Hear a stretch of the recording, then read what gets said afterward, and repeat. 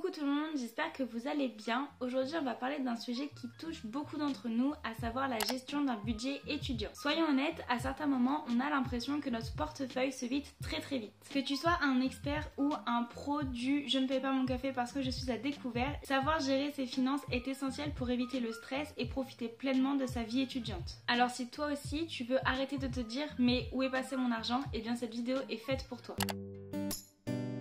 Pour bien commencer, la première étape c'est comprendre son budget. Oui je sais, ça paraît évident, mais c'est comme si on te disait qu'il fallait manger plus de légumes. C'est facile à dire, mais plus compliqué à faire. Mais voilà, c'est quand même hyper important de savoir combien tu reçois et combien tu dépenses chaque mois. D'abord, évalue tes revenus mensuels. En fait, ça inclut les bourses, donc les bourses sur critères sociaux, les bourses régionales. Tu as aussi les aides parentales, donc si tes parents te donnent un petit coup de pouce financier. Les jobs étudiants, c'est aussi une bonne option, mais attention à ne pas te transformer en super-héros du genre court emploi partiel parce que généralement ça ne fait pas bon ménage du tout. Et ensuite tu as aussi les aides au logement comme les APL. Et par rapport à ça, n'hésite pas à te renseigner sur les différentes aides auxquelles tu as le droit sur le site de la CAF ou directement sur le Crous. Parce que il faut avouer, quelques petites aides en plus, ça t'évitera de manger des pâtes juste nature. Ensuite, liste les dépenses fixes. Tu sais, les choses pour lesquelles on paye chaque mois même si on aimerait bien les oublier. Donc ça comprend le loyer, les charges, le transport, à savoir les cartes de transport ou l'essence si tu as une voiture, les abonnements, internet, la télé et le streaming, car non, Netflix ne va pas te dire oupsie, tu n'as plus d'argent sur ton compte. Enfin, il y a les dépenses variables, c'est-à-dire tout ce qui fluctue chaque mois, à savoir la nourriture, les loisirs et bien sûr les imprévus, parce que tu ne sais jamais à quel moment ton ordinateur va décider de rendre l'âme juste avant un compte rendu. À partir de tout ça, tu auras une vision très claire de tes finances.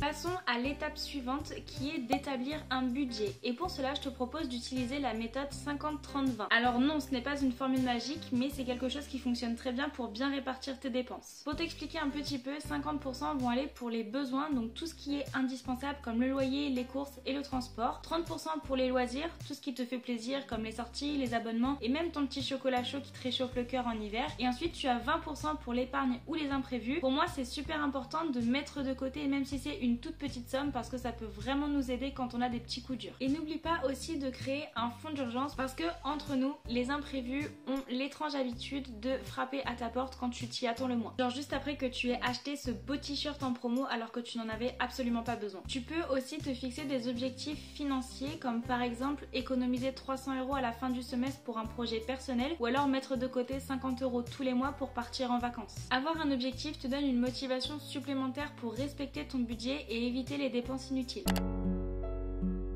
Le suivi des dépenses, je le compare un petit peu à suivre une série sur Netflix, c'est-à-dire qu'il faut regarder chaque épisode, donc chaque transaction pour comprendre la fin. C'est une étape qui va vraiment te permettre de maîtriser ton budget. Tu peux utiliser des applications de gestion financière comme Bankin, Linkso ou YNAB qui vont te permettre de suivre ta répartition et d'atteindre tes objectifs. Autrement dit, elles te donnent une vision claire sur où est-ce que va ton argent. Personnellement, j'utilise l'application Notion pour m'organiser dans mon quotidien et j'ai créé un petit onglet budget. Ce n'est pas une application complète ou faite pour ça, mais juste avec un tableau, je sais exactement où est-ce que j'en suis lorsque je fais une dépense. À chaque fois que tu dépenses quelque chose, note-le soit dans une application, soit dans un carnet, peu importe, mais note-le quelque part. Je te conseille aussi de revoir ton budget régulièrement, je te dirais une fois par mois. Regarde bien si tu as respecté tes catégories de dépenses et ajuste si nécessaire. Parfois, un mois peut être plus coûteux que les autres et ça, c'est absolument pas grave. L'important, c'est de réévaluer régulièrement son budget pour savoir où est-ce que tu en es et de le réajuster en fonction de tes besoins.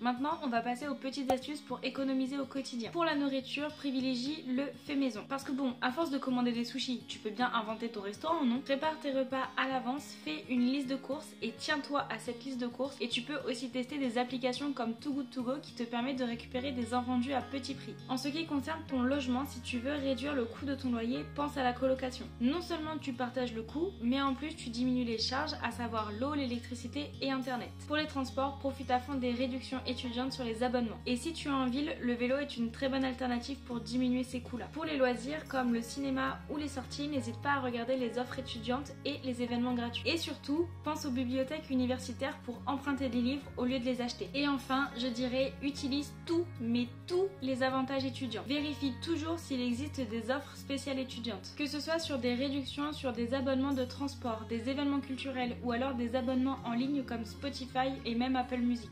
Renseigne-toi Renseigne-toi aussi sur des aides spécifiques de ton université puisque parfois certaines proposent des soutiens financiers ponctuels ou des bons plans pour réduire les frais.